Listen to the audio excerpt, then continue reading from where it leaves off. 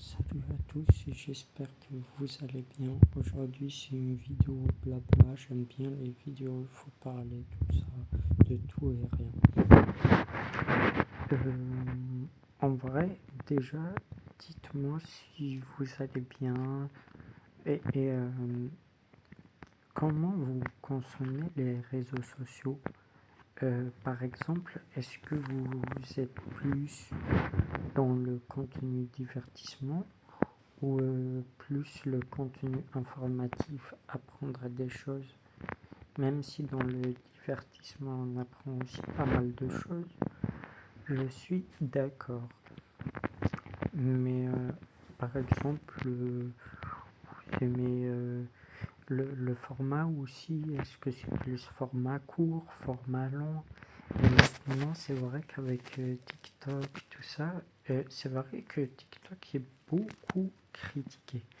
Mais en vrai, moi, je vois pas pourquoi c'est autant critiqué. Parce que sur TikTok, si tu fais bien attention à ce que tu regardes, tout ça, on apprend énormément. C'est comme dans tout, par exemple, YouTube, il y a des vidéos qui sont plus là pour faire rire, pour divertir. Il y a des vidéos informatives. Après, les vidéos de divertissement aussi, ils apprennent. Je pars du principe qu'on apprend à peu près de tout. Il faut juste, comme l'expression le dit, voir entre les lignes. C'est comme un livre, par exemple, ou n'importe quel œuvre.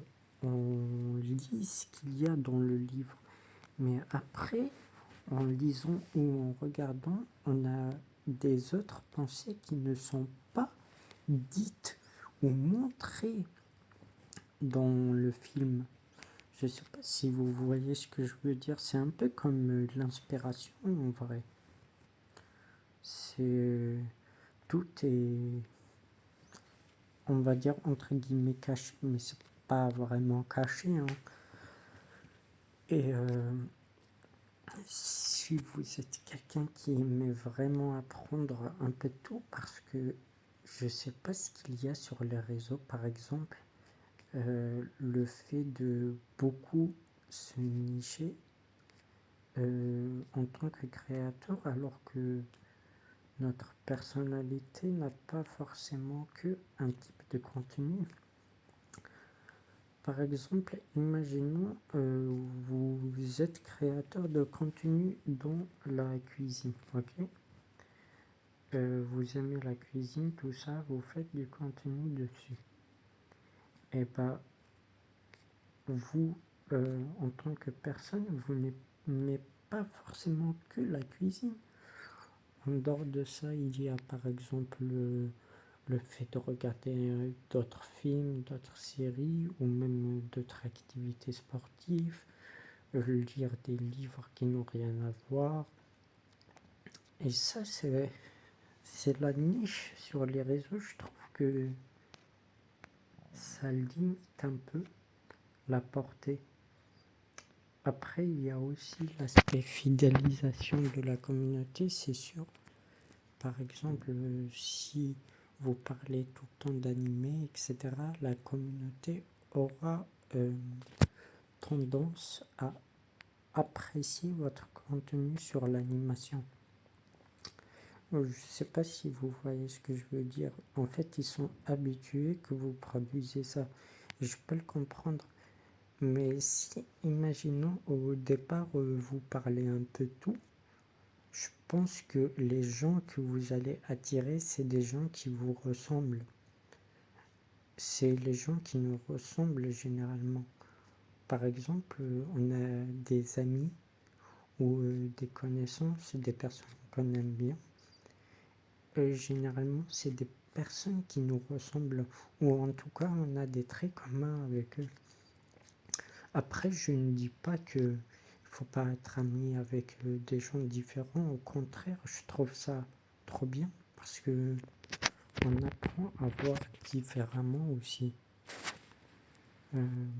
Par exemple, le fait de parler avec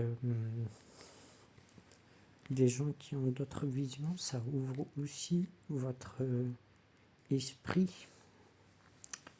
Et ça, c'est incroyable, le fait d'apprendre des autres.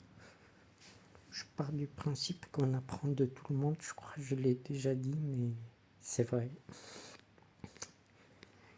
Et le fait de respecter les avis de chacun, c'est le meilleur truc en vrai. Au moins comme ça, il y aura moins de conflits. Je ne dis pas qu'il n'y aura pas de conflit parce qu'il y a toujours, en fait, il y a toujours un petit truc à chercher. Et ça, c'est vrai. Et sinon, il y a aussi ouais, c'est ça, le respect, l'ouverture d'esprit. N'hésitez pas à partager vos pensées, tout ça dans les com. Je vais les lire et échanger. J'adore que ce soit sur les animes, lire ou n'importe. Si je ne connais pas, je dirais que je ne connais pas ou sinon, voilà. N'hésitez pas à vous abonner pour plus de contenu. C'était une vidéo blabla. Merci d'avoir écouté jusqu'à là et à la prochaine.